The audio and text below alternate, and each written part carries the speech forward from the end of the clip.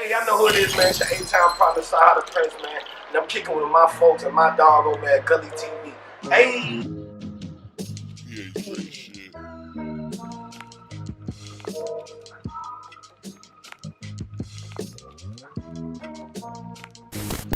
You know how you stop niggas from being heavy? Niggas need to start charging niggas to come to these gambling spots. I keep all the broke niggas out. You charge a nigga $100 to $150 to come in there, that'll keep a lot of niggas out, man.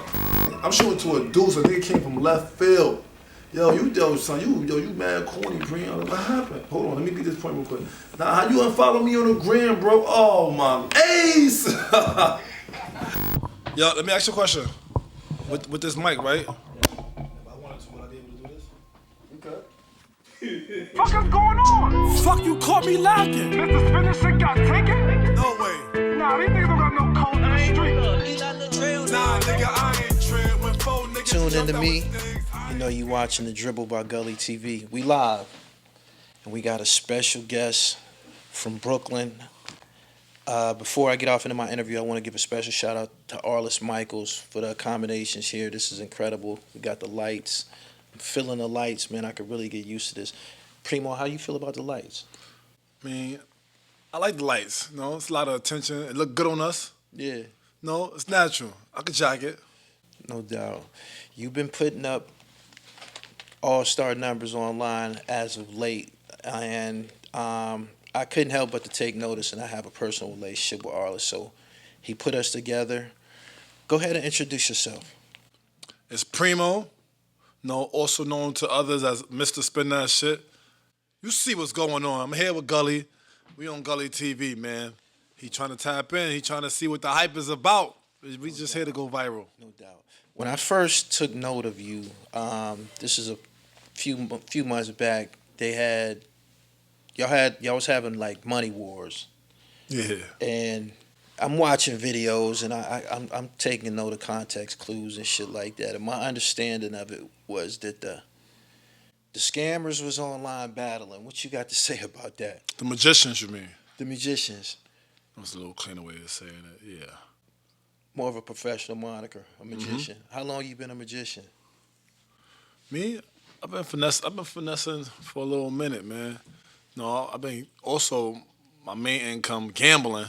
I've been doing it for a long time. You know what I'm saying?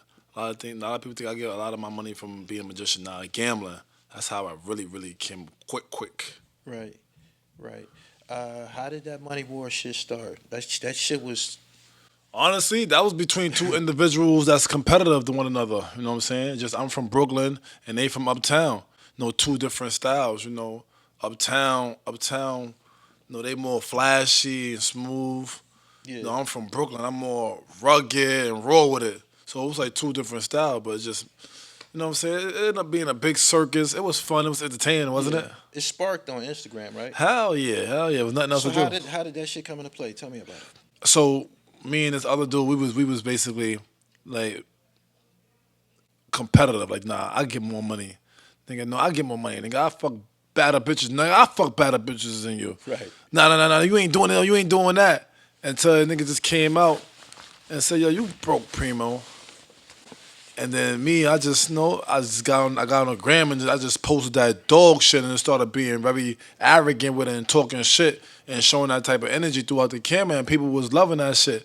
And then he came in with his little fly shit, furs, minks, talking his fly shit and people were tuning in. And then it became a saga. It became a fathom. Who could do what better than who? Who got the better presentation? Yeah. You know what I'm saying? Until I just said, fuck everything, man. Was y'all aware of each other? Y'all both New York City magicians. Was you acquainted with these guys? Yeah. I was in prison with him. I knew him. I knew him prior to that, whatever. Oh, so it wasn't no static. This was friendly competition. This was friendly competition. Some player shit. Yeah, hell yeah. Friendly competition. No doubt. All right. From that's how I was introduced to you, and I seen a couple of your rants. I'm aware of the title, Mr. Spin That Shit. How did you get the name, Mr. Spin That Shit? That's a long story. That goes back to last year. I got into a motorcycle accident. I got into a motorcycle on June 2nd, where I broke my neck, and broke my leg. I got a rod in my leg and screws and stuff like that, and I was paralyzed for 2 months. Yeah. I was actually in the hospital for a month and a half, to where I started getting a little feeling, and then I started off on a scooter, then to crutches. And you know, when you station and you got some type of motion and you making money, you accumulate a lot of money because you're not spending it. You're damn near bed rest. Right. So when I did start feeling better to go outside, I was going outside with crutches and a neck brace, and I was just blowing my bread I was making when I was sitting down. I was spending this shit. And I wanted to be outside, strip clubs, bitches, Right. gambling. That's how that shit came about until the nigga named Mr. Spin That Shit. Mr. Spin That Shit is not a name for a trick. Cause a lot of people might say, oh, that's Mr. Spin That Shit, like he just tricking on girls. Nah, it's not one of those. Nigga, it's a nigga nigga, you paying bills, you spending that shit. You doing what you gotta do, you investing in stocks, bonds, whatever, crypto, it's money being spent. So when you are known for spending a lot of money, Mr. Spin That Shit. And it's somebody in every city that's Mr. Spin That Shit. And that's so crazy because you yourself, you could have kids, I don't know if you have kids, but you could have kids and you could just buy them mad gifts and be like, yeah, I'm Mr. Spin That Shit. Nigga, I'm Mr. Spin That Shit. So each his own, man. That's how that name came about. Recently, I took note of you being an MC. I thought that you would... Niggas show up on the internet and have their moment. Some niggas would be around for 30 days. Some niggas would be around for 30 months. I considered you to be one of those guys who, okay, this is the latest new guy to the internet. I didn't expect it to have any staying power, no hang time or nothing like that. But recently, I started to get wind of you rapping, and I tapped in, and you really get busy. How long you been doing music? Honestly, taking it serious to my craft right now within the last 5 months. That's it? Yes. And I feel like it's just in me. You know, I pop shit. So it's only right, what other way to spread my word than through rap. Yeah. You know what I'm saying? I don't really talk that much negative shit. I talk that fly, getting money, blowing the bag, fucking bitches talk. You know what I'm saying? I don't talk that drill shit. Because if a nigga asks me, I'm going to tell it why he ends, whatever. Like, that's not it. No, I've been there, done that. Got the hat and t-shirt to match. Right. It's not a nigga in jail that didn't wish he missed. They all wish they missed. So my shit is just that fly talk. Okay. Even though I'm underground, you know, I'm not mainstream like the big artists. I'm underground. Yeah. So a lot of underground rappers be talking about that shit. You know, I'm here to motivate the young niggas to get some money. That's it. No doubt, no doubt. I seen your recent video, "Change Your Life," featuring Benny the Butcher. That's when I started to take you serious. I seen some other clips of you. You did the Blockwork TV shit. Yes. Shout out to them. I seen you doing your thing, but I wasn't all the way convinced. When you get on a song with somebody like Benny the Butcher, you have officially took on the skill set of being a professional. Tell me how you and Benny's relationship came together, how you was able to get him on the track. That was the